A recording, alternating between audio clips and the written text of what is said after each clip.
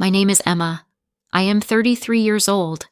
A month ago, my husband brought a pregnant woman into our home and ordered me to take care of her. That's how Jessica suddenly entered my life out of nowhere. That night, Michael came home late.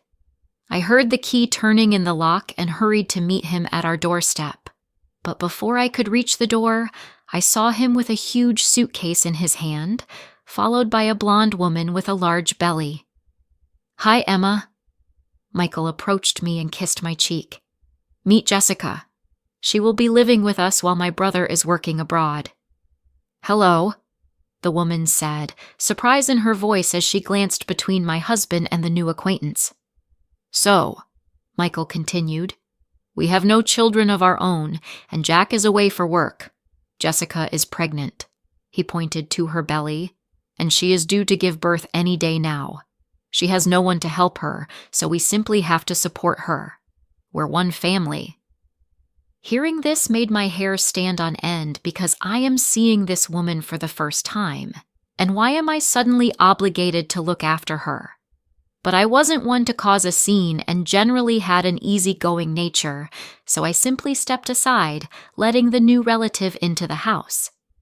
After dinner, I showed our guest to the guest room and provided her with a clean towel. "I'm sorry for barging into your life," Jessica spoke first. "It's fine. Michael is right. You shouldn't be alone in such a state," I said, though I couldn't shake the feeling that her apology wasn't entirely sincere. "Okay, I'll leave you to settle in. Good night." To say the situation turned my life upside down would be an understatement. Upset, I went to our bedroom. "Michael, are you asleep?" "No." "Why didn't you warn me?" "What difference would it have made?" "Don't you care about my opinion?" "No. If you had given me children, I wouldn't have done this. But now, we don't have children to distract from a newborn. Maybe looking after Jessica will teach you about motherhood, and you'll finally decide to go to the clinic. They've been waiting for us for 1.5 years, he said, turning and covering himself with the blanket. Besides, you don't have anyone else to care for, so stop being selfish and living for yourself." "Am I selfish?" His words brought tears to my eyes. "Don't you see how painful it is for me not having kids of my own while looking after someone else's?" Michael sat up abruptly, holding his head in his hands. "I've done everything as we discussed. You backed out at the last minute. What's wrong with you? I do everything for you, and you live off of what I provide." He turned toward me. "Well, what now?" The next day, I fully took on the responsibility of caring for Jessica. I prepared meals for the 4 of us, not 3. Often, our guest would ask for something tasty, like a pie or cake. Michael brought fruits every day and generally cared for the pregnant woman as though she were carrying his child. "Michael, why are you catering to all her desires?" "What do you mean?" "Well, every day there are treats, expensive vitamins. I feel like a servant in my own home. It feels like she's hosting us rather than the other way around." "Stop exaggerating." "Maybe it's your child," I joked. "What ridiculous thoughts are in your head? Do you even realize what you're saying?" I certainly didn't expect such a reaction from him. A week later, Jessica gave birth to a girl we named Mary. The baby was frail, but the doctor assured us that breast milk would help stabilize her condition. Michael didn't leave Mary's side for a moment, while Jessica, on the contrary, didn't even want to hold her and refused to breastfeed, as though she wasn't happy about the baby's arrival. It got to the point where I was bottle-feeding breast milk and taking walks with the baby. Fortunately, the child was calm and didn't wake up at night. Deep down, I was envious of Jessica and resented her. She was able to give birth to such a wonderful girl. Mary seemed to sense who truly loved her. She cried in Jessica's arms, but would calm down and peacefully fall asleep when Michael or I took her. One evening, while Michael was putting Mary to bed, the phone rang. I looked at the screen and saw Jack's name.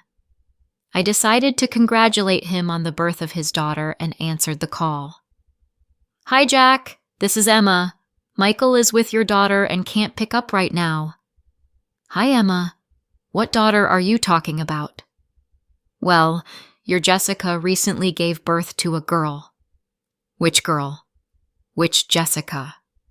"Well, your girlfriend. I haven't been with her for a while, and I doubt the kid is mine."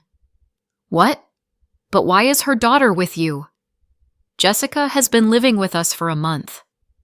"Give me Michael now." I complied with a resigned expression and went to my husband. I overheard Michael trying to change the subject, saying it's not the time or place to talk about it. Then he ended the call. I went to Jessica. "Jessica, I just spoke with Jack," I immediately said as I entered the room. "What?" "Yes, with Mary's father, and he told me something very interesting." "What did he tell you?" "He said you haven't been living together for about a year." "So what?" "So the question begs itself. Whose child is it?" "Who do you think?" Jessica answered smugly. "Michael." "Yes, he is the father. You know, your husband so badly wanted a child and was so happy to hear about my pregnancy," she said, as though relishing in shattering my life. I silently turned and went to my room. I took out a suitcase and began packing my things. It was at that moment that Michael walked in and saw me preparing to leave. "Where do you think you're going?" "I'm leaving." "Why are you suddenly running away?" "And why do you assume I'm running away?" "Well, you haven't even talked to me." "What is there to talk about? What did Jessica tell you?" "You figure it out." "But clearly, based on you packing, she didn't tell you the truth."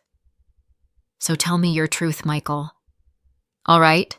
Jack left Jessica about 10 months ago. A month later, she called me asking for a loan. I agreed and arranged to meet in a cafe. When I saw her, she looked so pitiful. Old clothes, worn-out shoes," he explained. "She said Jack left her in debt. Her salary was cut, and she was barely making ends meet. Emma, I love you. I didn't want a divorce despite your stubbornness." Then, 2 months later, she called saying she was pregnant and asked for money for an abortion. I thought if she could easily give up the baby, we could arrange something. I had planned to pay her off so she would leave, and you'd adopt the baby, and we'd become a happy family. I just wanted a child so much. "Are you stupid? Did you really think after all this we'd continue to be a family?" I shouted. "Jessica told me a completely different story." "Yes, I was irrational," he admitted. "I didn't know how to tell you the truth. I thought Jessica was trying to seduce me, using the opportunity to destroy our family. Don't worry, I'll throw her out tomorrow, and we'll switch Mary to mixed feeding. I checked with the doctor. We can give her formula milk." "You idiot! Did you even think about me a tiny bit?" I couldn't stand the sight of him and slapped him before storming out of the apartment.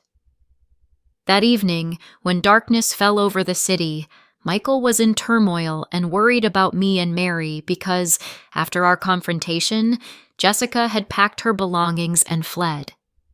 I left without my phone or money, just in my robe. Unable to leave the apartment because he was caring for the baby, Michael didn't know what to do. At 5 a.m., he was startled by a knocking on the door. He opened it to find me, teary-eyed and exhausted. "All right," I sighed. "Now I can formally adopt Mary as my daughter." "Forgive me, I'm such a fool. We can be a family if you allow it," Michael said, dropping to his knees before me. Later that morning, Mary's cries of hunger woke me from a fleeting slumber. For the first time in months, a genuine smile graced my face, and my eyes sparkled with the anticipation of becoming a mother.